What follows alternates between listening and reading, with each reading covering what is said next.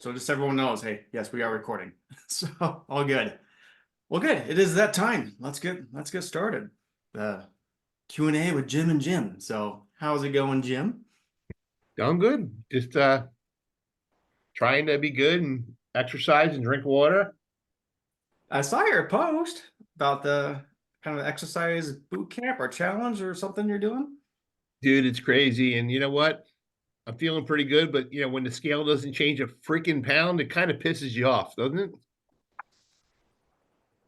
I was gonna say I can sit here and even tell you what to do, all that kind of stuff. But people I've seen with doing those kind of things can't get caught up on the scale. It's just the activity of actually. It's Well, it's crazy. habit. It's habit, frankly, of learning, to eating better and doing the exercise routine.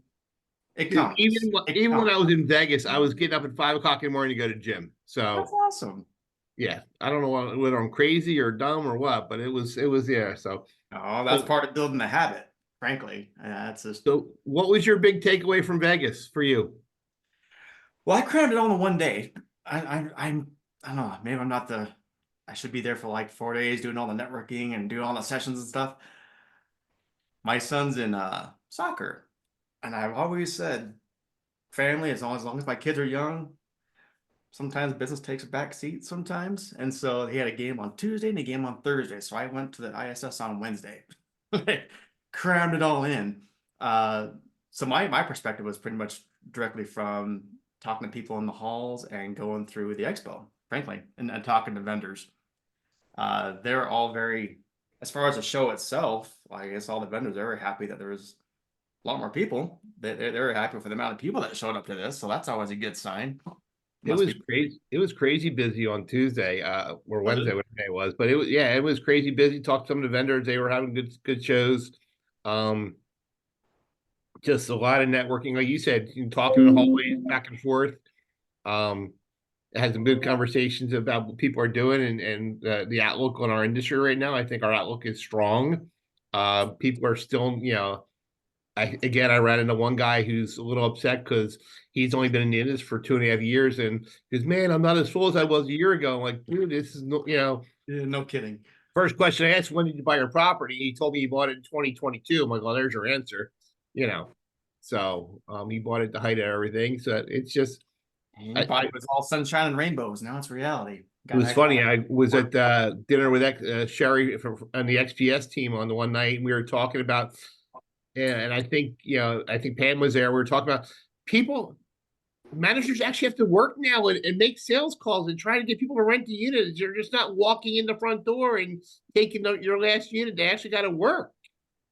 And had the conversation about the importance of and Willie from Bluebird, him and I had a long conversation a couple months ago about the importance of leads and follow up. I mean, when people are inquiring, they need it because they need it because they need it. And if we don't respond to them and get them to rent, right that then okay, follow up with them. And Sherry, we had a long conversation about the importance of a call center, and something was said, and I don't if you remember, you hopped on, you're like, that's just brilliant, or we were talking, I forget what we were talking about with the importance of the value of the call center behind it, and I made a comment that one rental a month pays for the call center tenfold, and people are like, well, but do I need it? I'm like, yeah, you need it.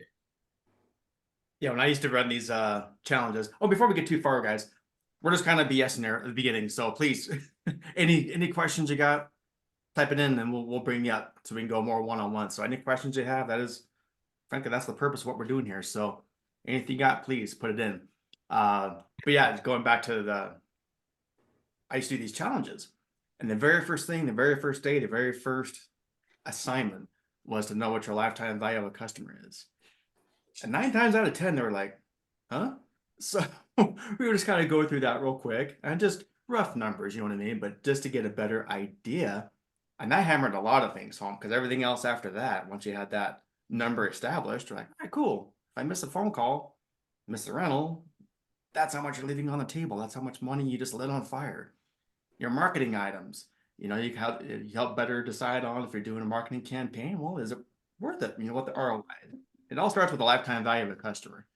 And I've had some places, it is, every site's different. They just are not one size fits all. I have some that lifetime value was $800 because it was just churn and burn all the time. I had other ones.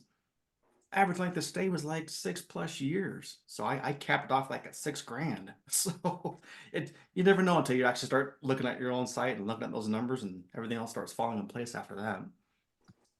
It's great. It really is. I mean, lifetime value is right. You know, So so. any sessions that you went to? I mean, you could Yeah. probably you could conduct every session by yourself if you wanted to for 10 hours a day, but Yeah. anybody else have an interesting perspective? We wrapped up with Jeff's session, Jeff Greenberger's session, and Jeff is, such a wealth of knowledge and all that, and talking about things you shouldn't say. And Jeff started talking about his I think it was 10 words that he really hates, and climate control won't be in one, and 20 modern security, and some of those sessions were good. I did listen to Sherry, help me out here. What was the one that you guys were part of? We talked about remote management versus Yeah, facilities. and that's still a big hot topic, and that was a really good conversation back and forth with that. And look, remote's going to work for some people. If you got stores that are 1,000 units, it's probably not going to work for you, but you need to have some kind of remote. And I always go back to Brad Minsley from 10 Federal said years ago at one of the conferences, even after 6 o'clock at night, every store is unattended. Yep. If you're renting online and doing those things on the weekend, so just because you're not, you have a staffed office, you're still doing things after hours, whatever, you're technically unattended and you're doing things like that. So, it's me making sure. I think the biggest thing for people I talk to is making sure that you can work both ways and walk in both worlds, because not everyone wants to be treated the same way. So you want to treat people or interact with people they want to be interacted with. So I mean, how many of us on here that have a customer that you'll never talk to, you only text them or you'll email them? Happens a lot, so. I got to go on a rant for a second, just real quick, and then we'll get to Elizabeth's question. Maybe you want to read that as I'm talking it for a second. Just real quick about the remote stuff. And it's not that it's new. I mean, there's more people are adopting, frankly, of going remote, sometimes out of necessity, but they're going that way. And for the last month or so, I'm here in Utah, and I've been kind of making myself a little goal of visiting all the locations here in Utah, 700 and something sites. We're just talking mom and pops. And I'll say you'd be surprised, but maybe you wouldn't be surprised how often I go to locations and I just put myself like put my cap on like I'm a customer. I'm walking around going, I wouldn't know what the hell to do if I showed up and I wanted to rent a unit or talk to somebody. Like, huh? The signage is terrible or non-existent. Some sites that I've known have been kind of taken over by some companies. Maybe they just haven't got around to it yet, but they're leaving rentals on the table every single day. And again, I'm kind of been in the industry a while. I think I would know what to do to rent a unit. And half the time, I'm looking around going, I wouldn't have a clue what to do if I just showed up and wanted to rent a unit when there's no one there. The signage isn't there, the phone number's there, the website doesn't work very well. So if nothing else, it's always put yourself in the customer's point of view, whether it be on your website, whether it be on a phone call, whether it be showing up at your location. Just always look at it through that lens of what would a customer be like? And a lot of these questions and these answers they'll take care of themselves if you look at it through that perspective. Well, Jim, you sent me that one picture, and you had two different phone numbers. I know. Yep. Which, it's like that. Thankfully, they both went the same spot. But I mean, yeah, signage is right. I mean, I know she's probably not on here, but Stacy Maxwell, Universal, she's the queen of QR codes. Yep. And we were talking. I don't know where we were, and somebody had went out and designed a QR code and had a sign made and all that. They never tested it before they built the sign. QR code didn't work. Yeah. What's the old adage of measure twice, cut once kind of a thing? Same thing. Always test, always test. We're always here to kind of give tips and tricks too. I just started putting this in. Maybe I'm late to the game, but speaking of QR codes, I just created a little thank you card. So it goes in all the units. Of course, it has like when they open up a unit, it'll have like a lock in there for them. but a little thank you bag. It has a thank you card that says, "Cool, thank you so much for being a customer of ours. We really appreciate it." Speaking of the QR code, just put a QR code on there to, hey, it goes to our Google reviews. Just as simple as that helps tremendously, and it doesn't take that much effort. Again, this is kind of think going through the customer journey. Customer journey is huge. I Where to mean, catch them. What's that? customer journey is huge. It's why we're here and what we do. I mean, if the customer can't do it, I mean, we talk about it all the time. When Jim, you and I had a conversation, I don't know how long ago. When you drive up to a property, always put your how the customer is going to view it. And I pulled up a property 6 months ago. There were two parking spots in front of the office. Both were filled by the manager's cars. There was no place for me to park. Come on. Don't you want to walk anyway? It's part of your exercise plan. But no, being a smartass. But no, seriously, it's always just looking at the customer journey. I want to get to some questions here. So again, any questions you got, please put them in. I'll just read this, but if you want to come on, Elizabeth, you're more than welcome to. It says, curious to know if owners, operators charge on-site employees for rent or utilities, and if they need additional insurance for being a landlord. What do you think on that one? Well, so they're an employee living in an apartment on the property. Admit. So I know for us, when first, I'm not a big fan of apartments on properties anyway. Don't like them. But when we had them, the utilities were part of the package they got. The only thing they paid for separately was their cable if they wanted cable TV. Yep. We did require them, just like our tenants and our storage units. We did require the person in site to have some sort of renter's insurance on their while they lived in the apartment. I'm surprised how many people that are managers that live on site don't have a lease agreement. I've seen that come quite a few times by people in the butt going, okay, cool. We're gonna get rid of the manager, but now they're staying on site. How do we get, because they're Yeah. just losing their job, losing their apartment. That's a Yeah. whole other thing. So that's kind of a little tip to look and make sure whoever's renting there actually has a lease as Right. well. Yeah, we do have an apartment agreement, so we don't charge rent, but I feel like it's going to be a losing battle, like the longer we go. I get the pushback, and again, I personally don't have any more people living on site, but there's still Yeah. around. I just see it more of they just see the hourly wage that they're getting. So if it's free rent, free utility is cool, and you're paying, I don't know, $12 an hour, whatever it is. Like, well, it's lower because it's free rent and utilities. Yeah, Kind of feel like it's that there's just that disconnect. right. So I could play both sides. I could be like, all right, cool, up the wage, but now you're paying the rent and utilities just like Right. anybody else. Well, yeah, and we're seeing more and more. And when we build properties, we don't build them with an apartment. That's kind of it's a new thing. So Yep. that does make it a little easier. But we also consider it an employer benefit. So things for like work comp, it's not considered income because we're considering it a benefit to us. I mean, obviously it's a benefit to the employees, but for us to have someone there, something happens, they can call 911 before we have to discover it at 8:30, 9 a.m. the next day. Not that we want people to run out and try to stop a robbery in progress. Like, please don't, just call 911. But I was just curious if anyone else has a setup, because we also looked at charging rent, but it sounded like then you become a landlord and you have additional responsibilities and you have to have additional insurances to cover you in such cases. So I keep thinking, that it's still better if we do have those situations to not charge rent. But I was curious what everyone else is doing. If you still have people living on site, how you're handling it.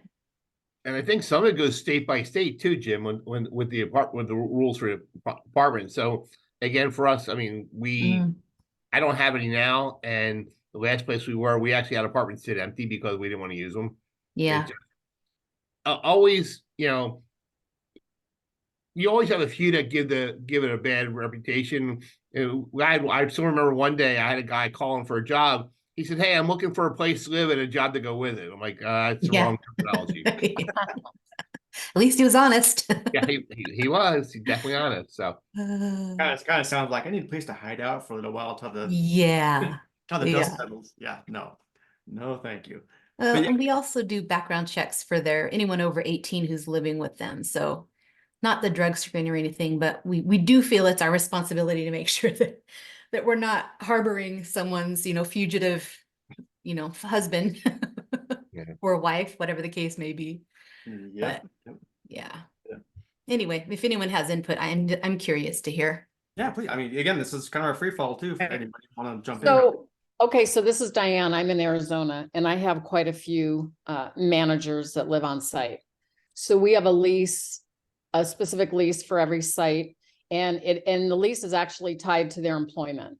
And that's specifically stated in the lease. So once they would lose their employment, they have 3 days to vacate the premises unless we work it out with them in the interim.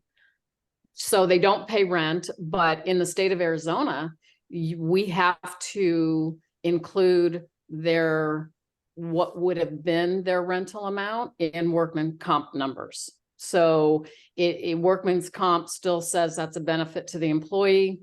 Therefore, you need to include all those amounts. And so at least in the state of Arizona, we have to do that. Interesting. Okay. Right. And Yep. this was information I'd gotten a long time ago, Diane, about having it not have to count toward earnings for work comp if you had it considered an employer benefit. But that's a good point. We have a site in Arizona, but it doesn't have an apartment, so I don't have to worry about that there. Oh, But good. we're in Good. several other states. So there's Well, that. It's kind of that gray area, but they're basically, I guess their take on it is it really is a requirement of their job. And so you're not necessarily giving them the choice to either live on property or not. And so because they're required, technicality then is that's why. Yeah, And that makes and I have both. So I have some sites that don't have live on, and I Mhm. have some sites that do, and there's pros and cons to both. Sure. For sure. And so if I were to build a site myself personally, I'm not sure if I would have an apartment or not, because there's pros and cons for both. Yeah. During COVID, it was fantastic. They didn't even have to leave. Yeah. That was about the only perk. But and even if they do So, have apartments there, I'm finding fewer and fewer people that are utilizing them when they're hiring. They're just not including the apartments anymore. Yeah. Yeah. So, We've done that too. Yeah. Done that too. Well, it takes a So, lot to keep them up sometimes too, depending on what kind of finishes you have and what kind of employees you have and pets and so on. Now we do charge pet rent also, and that's not refundable. Yeah. So there's that. But anyway, thanks Diane for that. That was interesting. And maybe I should look into that work comp bit. You're welcome. so I'm sure it varies from state to state, but I'm curious if they can't be treated as a short-term tenancy, like an extended stay, something, just a month-to-month lease type of a situation, so that you don't have to treat them as an employee and you don't have a long-term, 12-month lease that you have to deal with an unwanted resident who's no longer an employee. I Oh, look that's at interesting. I look at a lot of people that I know that are working down the path of converting hotels to extended stay, and their formal hotel rooms that used to be by the night, now they're by the week tenancy type of situations. They pay, $120 or $200 a week to live in a place. And in Missouri, Illinois, several other states that I'm aware of, you got a whole different set of rules when you're on an extended stay or short-term tenancy basis, as opposed to the full 12-month lease or the employee housing relationship. So that's interesting. Yeah, I know that we're required. So in our apartment agreement, there is a fair market value. And if the employee holds over, they not only are in, like Diane mentioned, so ours is they have 5 days to move out after they terminate employment. and then they'll have to rent after that on a daily basis, essentially. So then if they do hold over, not only are they in violation of that agreement, but now they also owe money, which is supposedly a double whammy in the courts. I don't know if that's actually true, especially considering all these cases now where people in those short-term rentals, Airbnb or what have you, are holding over, and the courts do nothing. They get to stay for free, and there's nothing the owner can do. I'm kind of terrified of that, happening in self-storage, but not quite a big a deal because we don't get money from our apartments. It's just, the hassle to have someone living there without authorization. But that's interesting, Steve, how you can possibly, once the holdover begins, convert that to a different sort of agreement that they've already agreed to by having agreed to live there. So I think I would actually, what they say. I would actually look at treating it that way from day one, not a late Oh, I in the see. relationship conversion, but as soon as you have the opportunity, look at doing that. And by the way, to address the other very valid point that you brought up, there are in the residential marketplace, there are numerous states right now that are including Illinois, believe it or not, that are working on tackling those issues with Really? the tenants that just won't leave. Really? That's great. I mean, I It's in the can't believe it works. got to that. It's in the works. It'll move at the speed of a glacier, but it's in the works. There's Well, light at the end of the tunnel. Well, that's good. Yeah, like I said, that's why we're here. Different perspectives, we're learning, and like I said, I just get to it. And like I don't even want to deal with the apartments anymore. That's just Right? I'm, Yeah. I'm old and cranky, and I just don't even. Yeah, I don't even mess with it anymore. Well, the face of self-storage is changing. So it's not so much, the retired couple who is overseeing your property. It's, customer service savvy, sales savvy, tech savvy people who, it's their day job, and the apartment is not necessarily part of the deal anymore. So I get it. And I'm happy for that. It's great. I used to think it was a great perk, but now I'm like, it's kind of a hassle actually, when you think about it. Get it? I would vote it's more of a hassle than it's worth because Yeah. we've had Agreed. them in the past where we had a hell of a time getting people out of them. So Oh, who hasn't? Yeah, it's that'll teach you, it's right? not. So yeah, it's crazy. Got Yeah. a question for you, Jim.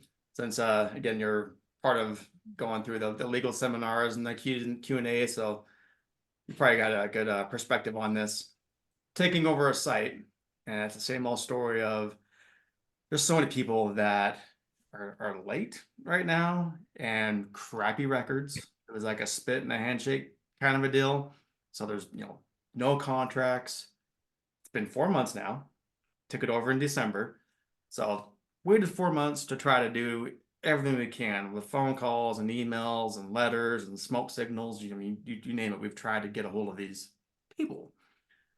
Well, now we're sitting on literally like 70 units that haven't got a payment on in those 4 months. We've already cut everything just to make sure there was still stuff in there, frankly. Mhm. Just know what we're dealing with. So it's all tagged, all there, ready to go. Just kind of curious when you go in those situations, and I'm sure you've done that plenty of times. Actually, I'm getting ready next week. I have to fly down to Atlanta to go to Alabama to take care of one for us. We had a store we picked up a couple months ago. The first thing we do every time we take over property, we send out the change of ownership letter. And even though we have email addresses, a lot of times not knowing what the leases say, we'll still spend the money to send via the mail service. And we integrate with Cycling, so we use their mail service they integrate with as simplecertifiedmail.com. So the nice thing about that is when we send a letter, if that person's changed their address with the post office in the last couple months, they'll know about it. We'll be aware of it. Okay. We send out the change of ownership letter, and then like a couple of days later, we're going to send another one out with the lease letter saying, here's our new lease, effective all this stuff goes into effect. And then we go through the process of trying to do amnesty plans, and it actually worked well for us the last time. We had a store in Kansas that we took over that a lot of people were severely past due. And once they get past a certain point, Jim, it's hard trying to get money for them. Yeah. So we worked an amnesty program, pay us like 50-60% of what they owe us so they can stay and starting fresh. And it really worked well. And then the ones, once we get to the point, then we'll sign up with we work with late to lean for our auction process. So once we're 3 or 4 months into it, we're gonna go to the auction process. We're gonna cut the locks, but we're gonna, do everything we can to reach out to them. But if they're not gonna get a hold of us, and after so many days of non-payment, we're just gonna go through the auction process and sell it. Yep. Yeah, that's so I'm at that line right now. So I'm like, all right, we've done everything, exhausted all efforts. Gotta get As it long as you can document, Jim, you've done everything you can, and you sent. And again, hopefully, doing your due diligence, you're going to get copies of the old leases or whatever, and you're going to send to the last known record on file. We're gonna do what we can. I mean, I know Jeff's got some issues with people changing addresses verbally and stuff like that. We don't do it. Everything's in writing. But not, I mean, I can't remember the last time somebody came back later and said, "Hey, I had a unit here," and it's really not. It's not been. And as long as we dot the i's and cross the t's and make sure we do everything right and I mean, I'm not going to do it in 30 days. I'm going to wait 60, 90, 120 days. I'm going to carry it for a little bit just to make sure we give everybody an opportunity. That's exactly. I want to be able to sleep at night. So I told the owner when we first took it over, like 3 months minimum, but it's going to end up being 4. Actually, end up being 5 by the time we're actually doing the sale. Well, it's funny. We were talking. I can live with myself at that. So I had a conversation with somebody in Vegas at the conference about auctions. And look, we all hate auctions, right? But it's one of the besides the lease, it's the next most legal thing we do, right? yeah. And in certain states, we can sell it day 65, day 66, day 67. And we've taken a stance in our organization that we're always going to have our auction the last week of the 3rd month. Because if I have to go stand in front of a judge and I sell Jim Ross's stuff on day 65 and I'm charging you for 3 full months, not really fair. I'm going to say, Judge, look, I could have sold it here, but I did everything I could. I sent the letters. Here's all my evidence. I document everything. We're going to sell the last week of the month. Yep. Okay. That's just where I'm at. And it doesn't matter how many years we've done this. I hate doing those kind of auctions and those kind of don't have documentation of talking to a customer. Yeah, it drives me nuts. But Anthony just raised a really good point about the customers block domain numbers. We use secondary stores. We use backdoor lines. We call. We actually have a phone that we actually labeled it Freedom Collections, and we'll call you from that number. It's amazing when somebody sees a different number and a different voice. So sometimes if you have sister properties, you got a really hard tenant to get a hold of. I'll have the sister property called for the, hey, Jim, I'm calling on behalf of my Gettysburg self-storage location. You are the one they've been trying to reach you. They can't get you, but they might answer the phone for you. Well, true. Yeah, gotta go through this collection. Yeah, I'm not. If I can say real quick, I'm not going to come on camera. I'm pretty washed out today, but yeah, that was the thing. Is that's a really good idea. Always have like a second number or something that you can call from, because in a case where I called or sent directly to voicemail, I would call on her second number, and she had call screening on it, so you could tell the difference when I would call from 2 different numbers immediately. Yeah. I was say if they're that late, you ain't the only one that's calling.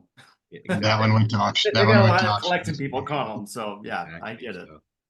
So that was all that was all documented, and so the process, and that one went to auction. It was sold yesterday. Cool. I got another question there from Pamela. We bought a 5-year-old, and again, you're welcome to come on and talk. I'll read what you wrote here. We bought a 5-year-old facility. Rents had never been raised on existing tenants. Some tenants are up to 40 to 50% under new standard rates. What are your thoughts about how to get tenants closer to market rates? So this is the old question of, do you do it all at one shot or stagger it? Well, Pamela, I guess the question for me, I got a question for you question back to you is, what kind of activity are you having right now? Are you highly occupied or are you not occupied? And if you're occupied, are you getting a lot of demand for those units right now? Because here's my stance. If I got a unit that's 100% occupied and I got people inquiring for that size unit, and I got somebody that's significantly below the rate, I'm going to bump that person up significantly higher, maybe not to market rate, but maybe $5 or $10 below it, because I know if that person moves out, my data is showing me I have people waiting for that unit. So if they're not going to pay, the next person will. So, but you got to have that data. And Jim, we talk data all the time. I need to know what kind of leads I'm getting for that size unit. That, you know, if it's full. Now, if they're not, we're not getting a lot of inquiries, you're not tracking them right, I might push them half, you know, a nice bump, but maybe half or 3/4 of the way up there. They're still below it, but it all depends on the traffic you're getting, how full the unit is, what kind of traffic you get coming in behind it. Because you got people inquiring for that unit, I would, especially now in rental season, Yep. I would say, okay, you're either going to pay or you're going to move out. Yeah, I'll jump in. If you want to talk, I'm gonna go ahead. But kind of my default is, hey, you're in rental season, so that's always a good thing to have that flow coming your way. But 9 times out of 10, and we all know it takes a lot for people to actually pull the trigger and move out. And that's always the number one fear, is like, if I do a big bump, which is justified, it sounds like you're scared to death of a mass exodus. And it's like, oh, that's gonna be terrible. I personally have never had that happen over site after site after site of just biting the bullet, ripping the band-aid off, and just doing the full. You know, I've been in the same situation there under, well, I'm in it right now, actually, at a site that was about 50% under standard rates on what just the fair market value is. Now, I don't go right up to what the standard rates are or what the fair market value is in that area. I will go a little bit below it, you know, 10, 15 bucks, just so I can say, hey, we're just getting up to what these rates are. We've gotten away with not having any bumps for years and years and years, but I'm still giving you a break. You're still well below what any of that size is going for anywhere in town. Explain it that way. Again, 9 times out of 10, you're gonna make a lot more money. You will get people move out. There will be those people that will be like, screw that big of a bump, I'm out of here. But all the rest of them that don't will more than make up for that lost rent on those couple units. Yeah, we're in the high 90s as far as occupancy. Rip the bandit. What's your inquiry demand, Pam? A lot of people inquiring. Yes. I would like Jim said, I would take them up. Maybe like Jim said, a little bit below standard rate, but I'd take them up. What's the situation? Why hasn't it? Well, again, you say you just bought it. How long has it been under your care? About a year. We're coming up on a year. So, you know, so we did, that's the first thing we did. We went in, raised standard rates, did a wave of price increases. Yeah. I think I'm a little bit more aggressive. Are you getting pushback? Not particularly. Especially when we do have people that move out, you've got people that gladly walk through the door and don't, you know, and pay it. So I don't mean that. I mean to like a manager or owner dynamic. Is there something weird going on there? I don't want to say that, but I Okay, so just I don't want to. They No, might be on. They might be on the call. Yes, a little bit. Okay. A little bit. I think there's a fear of a mass exodus, and I just don't think it's going to happen. And that's why I address that, because that's always the number 1, number 2, number 3, number 4, number 5 reason is just the fear of the mass exodus. I've never seen it. Jim's probably never seen it. A ton of people on this call just haven't seen that. Sorry to interject here. Maybe there may be someone here. If there are, cool. Let us know what your thoughts are. Yeah. Usually, in my experience, the people that move out are the people that need to move out. Yeah. You know, they finally hit the wall as far as, okay, I can't afford this. That's the other thing. You have somebody that's 30, 40% under standard rates, and they're just chronically delinquent. It just adds another layer of yeah. Jennifer, you were gonna hop on and say something? Oh yeah, I'm sorry. First time listener. I've seen you guys on Facebook and so forth, and this is great. Really appreciate you having this venue. I used to work for, I wanted some experience, so I went to work for a large storage REIT for about a year.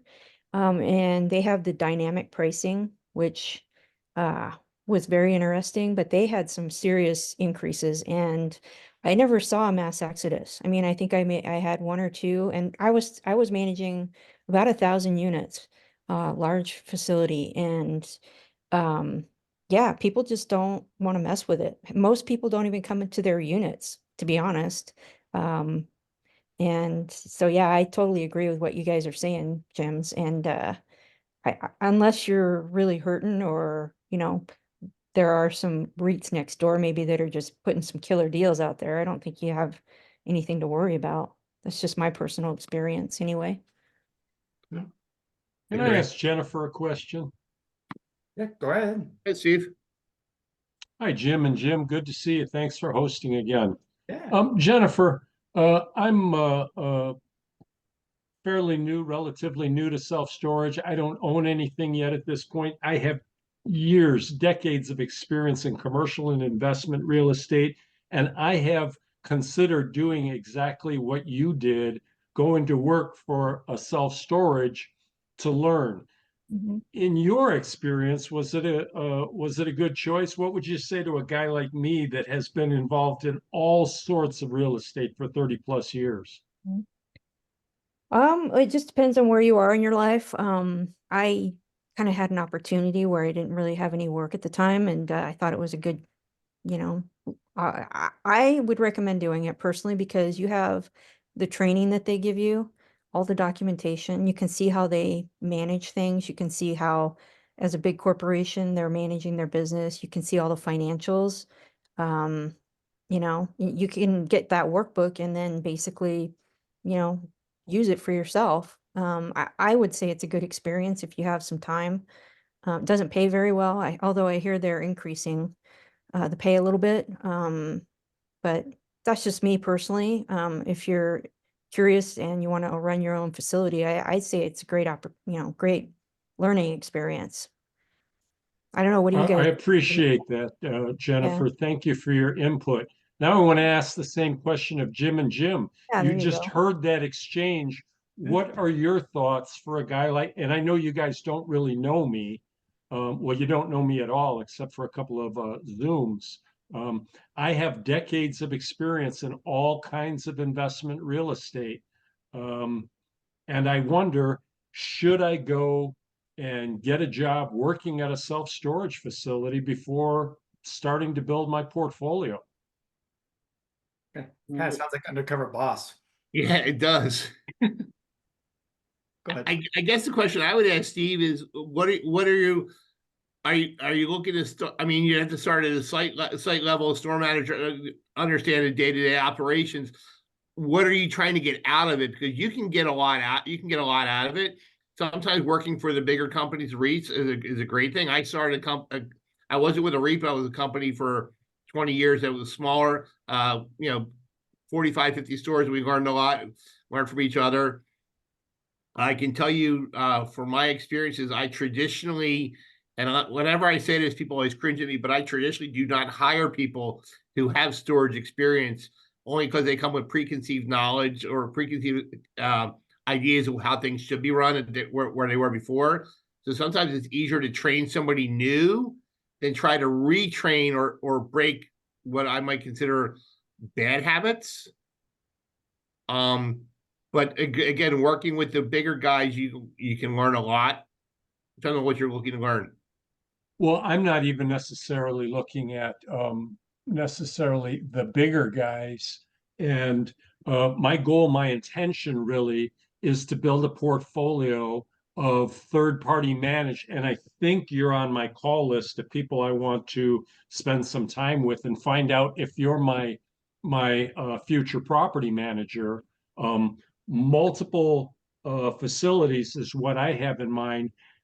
I recognize I don't have a manager to customer personality. And I was involved in multifamily for years. And the closest I ever want to get is managing the manager. But out of necessity to understand the manager's position in multifamily, I went not once, but twice, went and took a HUD property manager class. from a guy that used to manage Section 8 apartments on the south side of Chicago, was the instructor. I wanted that level of knowledge. I don't know that I need that. And the question is, do I need to take that approach in self-storage, or am I better off spending my time getting to know people like you and developing that relationship and trusting you to do your thing? I'm taking notes here right now, Jim, and I'm very impressed with the things that you go through, because the toughest thing I envision is the transition. Yeah, that again, my 2 cents is for your time, for your time and energy to spend, I would give you a list of handful of owners, frankly, that are very open to talk with how they do their communication, how they do their operations. I would rent a couple units from a couple of good places, so you're not seeing like the bad ones out there. Oh, I've done that. Yeah. Yeah, The good and the bad. yeah, anyway, you want model the best. So, success leaves clues. So you look at those, kind of go through that customer journey. And then I'll give you a handful of people like me and Jim to talk to. And if you have to spend, a couple hours and spend, $250, whatever it is for a consulting call, you'll get much more bang for your buck one-on-one than I think you will going to a facility and just twiddling your thumbs half the time. I agree. I do agree. I'd agree 100%. I mean, you're going to learn more from, working with closely with good partners. And one thing that it was abundantly clear again in this last session we were at, I met a gentleman who actually has his family has a lot of stores in North Carolina. He's been on the one side of the coin, and the one thing he kept saying over and over in conversations we had was how open our industry is, sharing ideas, helping each other out, working with each other, learning from each other, things, what we do and what we don't do. And look, what I do and what Jim do could be exactly the same. It could be different in a lot of aspects. We all have our tendencies, but being in a store, I don't think would be as productive for what you want to do as far as owning multiple stores, as far as, like Jim said, talking to some of the other owners and operators out there and learn that, and then figure out who you want to align with as far as management or consulting or stuff like that to develop your best practices for what you want to do. Well, management, third-party management, obviously is a paid, a for-profit service, a paid service. But I'm really looking for building and developing that relationship to the level of I'm leaning on that property manager before I'm even in an ownership position to help me understand a particular offering. And I mean, I not only know in and out, up and down investment analysis, I teach investment analysis. I've got a firm grasp of the numbers stuff. I enjoy, I'm somewhat knowledgeable in many of the aspects. I don't know anything about the day-to-day operations. So I'm looking for that relationship. And by the way, I'm looking for literal joint venture partners, but I'm also looking for that manager, that third-party management relationship that is close enough that it's like a partner. This is a voice that I listen to in the decision making on the front end of the acquisition, not after we've acquired. My partner just spoke at ISS and he was talking about that. One of the things that came up and we were talking about, and the question was, and I'm doing a session in Arizona next week about, buy your property now, third party, not third party, all these things. And if you hire a good third party, yes, it's going to cost you money, 5%, 6%, 7%, whatever the percentage is. But in theory, and Jim, you'll probably agree with me. If you have a good third party company, they're going to make you more money than you're paying them. That's my expectation. It's the same with residential rentals. Yep. Good quality management should make you more money than they cost you. And if they're not, you've got the wrong manager. Correct. Either that or you really, really did a bad job underwriting your property to begin with. Well, that's the other part of the equation, because I looked at deals. I can tell you, when in our organization, when we look at a deal, my partner looks at it from a strictly purchasing power side of it. And I can tell you, I've gone out and looked at deals and I said no to the deal because operationally it didn't make sense. financially wise, buying it made sense, but operationally it didn't work. How so? Can you elaborate on that just a little bit? Oh yeah, I'll give you a prime one. There was one we looked at down in Little Rock, Arkansas, that was going to be a really, really good win. But when we got down there were too many variables that, in my mind, prime example, the manager on the guy had the same manager for 20 years running the store. So it was his own, he thought it was his business. He was doing things. And one day he decided he didn't like disc locks anymore. So he cut off all the disc locks on everybody's doors and changed all the hasps at the cylinder locks. He had all the keys sitting in the office. That's a nightmare waiting to happen. Wow. And you look at properties, there was one we looked at. Yeah, but that's not a property problem. That's not a geography problem. That's a one-man problem. Right, but that can, an operational problem like that can have a dramatic negative effect on the property long term. It certainly will. We had one, I looked at one, there was another one that was in a not nice part of town, and theft there was rampant. Yeah.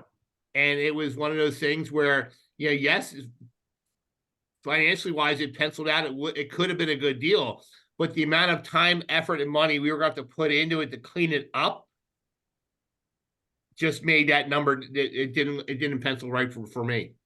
For 30 plus years, I've had a hard rule, unbreakable. There isn't enough money in the deal to afford a bulletproof vest.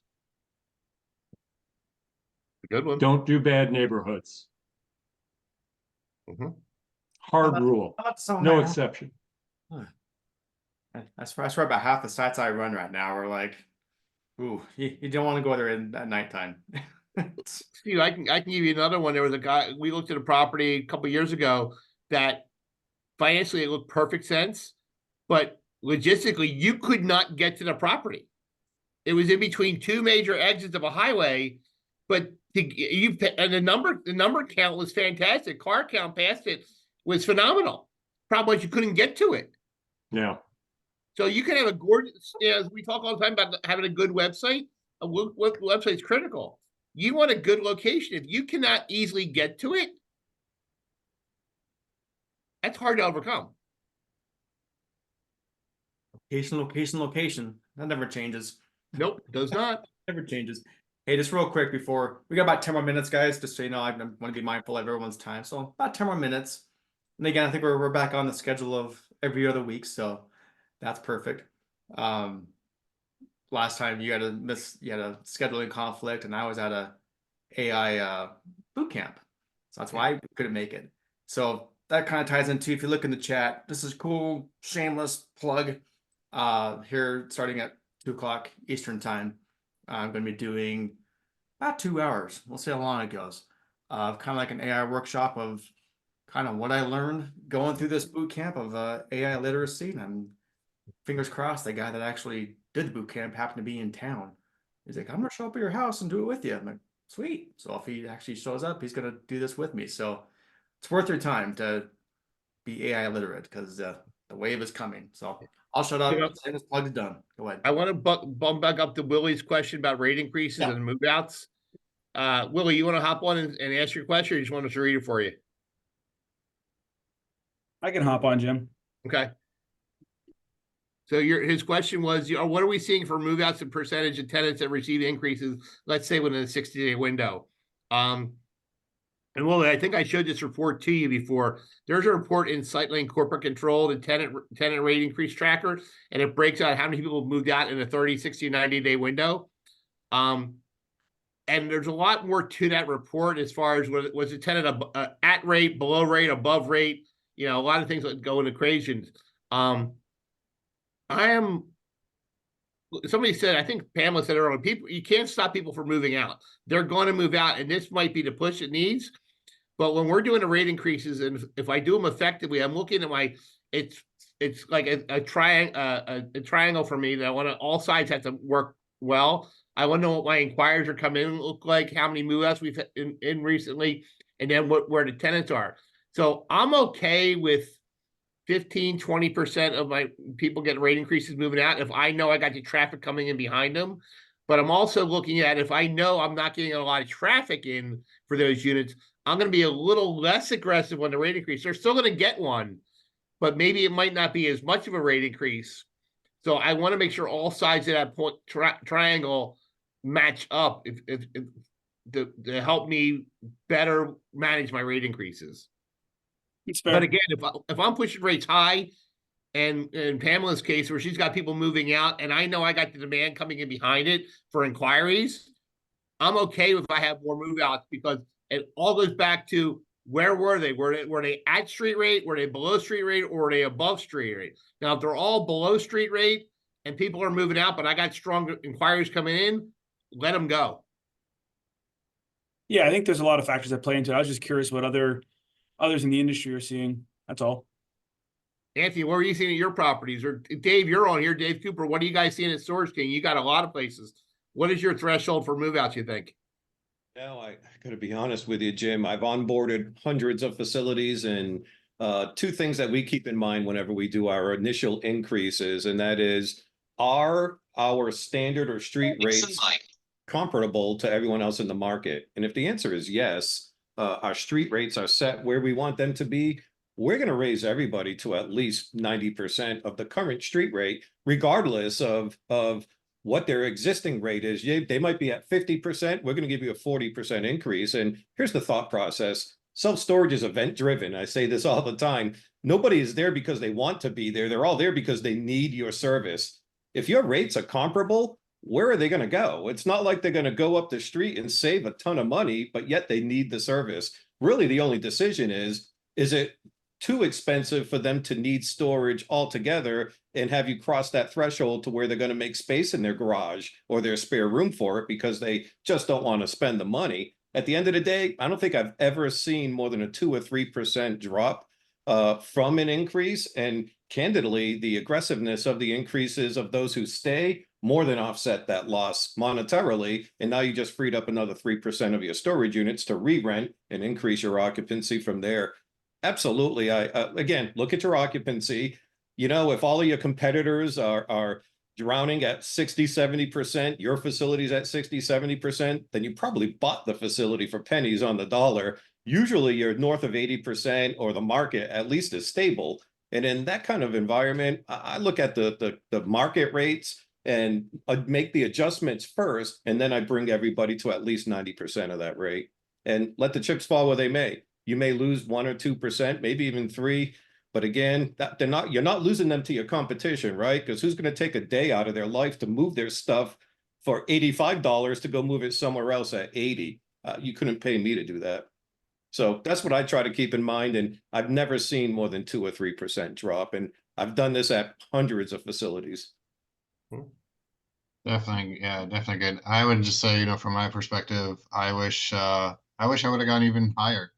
I own a small facility. It's only 64 units, but at the same time, I grandfathered some of the rates in for a while until we did our work, until we stabilized, until I felt comfortable. And I was expecting more of a move out, more of a pushback, because it was an average about 18%, 18 to 20% across the board. And I had one customer move out, and I'm still at 98% full. Another way to look at it, yep. And the one other way to look at it, not just from a management, but from an investment standpoint, is how much more value are you increasing your property, just by raising rents by $5 or $10 or bringing way up. I look at it as from that standpoint is okay, I'm increasing rents this much, and I'm if I have 3 or 4 people move out, my value of the property still increases by 75, 100,000, whatever, a number that you are, a multiplier.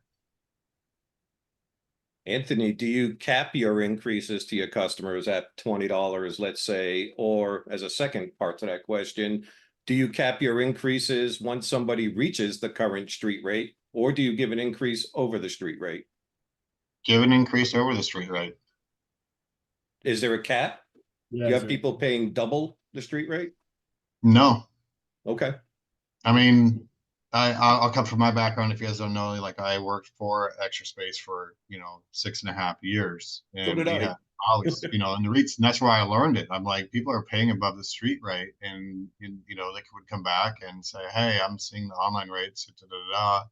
And same thing that we do now. Well, that was a promotional rate. Let me go see what I can do for you, but I can't make any promises. Yeah. And maybe come back. That's always the key caveat. Let me see what I can, at least be that customer service part of it. Let me see what I can do for you. But I can't make any promises. And then wait a few days, wait a day or two and call back. Well, hey, I got good news and bad news. I was able to decrease it to this, but unfortunately, because of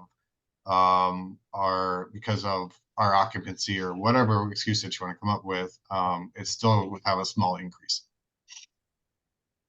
Yeah. And just to touch on that, you're talking about, raising their rates sometimes above standard rates. I have one location that comes to mind right now. My economic percentage is 118%. Yeah. Because of Nice. I got 122%. See, there you go. But we also use Veritex. You got to remember, when you use Veritex, that's going to throw another level into that equation. Yeah, it is. Still gotta play with that. I haven't done that yet. I'm still on the annual system. I know. I can tell you, I told you this before, Jim. We add the Veritex to our bonus program for our managers. Every month, we're adding about $1,000 extra bonus in because of Veritex. That's awesome. Because it's working well. It's Willie's shaking his head, and Willie's on Veritex. He knows what it's doing. Willie, what's it doing for you guys up there, Bluebird? Making us more money.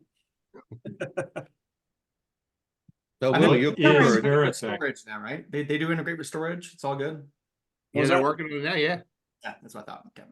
What is Veritech? Veritech is like good, better, best pricing. Like, like on your airlines, you get different seats. Like if you went to one of the websites, you would see it. Like you go to one line or Bluebird, or whatever. Yeah, 10 by 10 is $100, but the better one's 115 and 125. It's just basically base location, and really it's based on location, but it's also based on perception from the customer. And we're seeing So more people. it's a tech-driven tool that helps you do that, or all right, that's what I thought you meant. And I can tell you, Steve, we're seeing now people, Dave, I think, Willie, you talked about it too, that we're seeing more people now do the rate increase online, rent the better unit online themselves because they deserve the better unit. We're seeing about a 42% of online rentals taking the higher rates.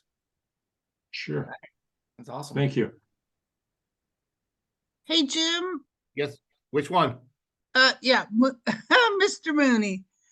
What was that report in SiteLink in corporate control? Tenant increase tracker. If you're in corporate control, it's down the very bottom. There's four reports by themselves, but tenant rate increase tracker, it's called. Thank you so much. It's a great report to look at. Wonderful. So while you're down there, Pam, there's also one down there called unit demand inquiry report, which will actually tell you how many inquiries you're getting per unit size per source in a time frame, so you'll know what your what kind of traffic you're coming in if your managers are logging all their leads into lead to lease. We're getting pretty good at that. Turn off the move-in button; it'll make it even better. Yep. Well, good day. Hey, that hour went by quick. Yeah. It goes by fast. Again, guys, I appreciate you taking the time out of your week and out of your day and giving us an hour and doing this. It's fun. It's different dynamic having like this. So I appreciate you guys doing it. If you got any value out of it, invite a friend. Get one more person to join us next time. We'll keep this growing. That's the name of the game. So we're all here about giving value and learning from each other. It's not just Jim and Jim, as you saw just in the case of this episode here. It's all of us learning from each other. So I love it. Any closing thoughts there, Jim? Any closing thoughts? No, again, thank you for spending an hour with us on a Friday. It's fun. We all help each other. We all learn. We all get better. Cool. All right. Any of you guys that still want to join in an hour? I'll be doing the AI session in an hour here. So if I see some more faces, I'll see you guys soon. Thanks. Take care. Guys. Bye. Thanks, guys. Thank you.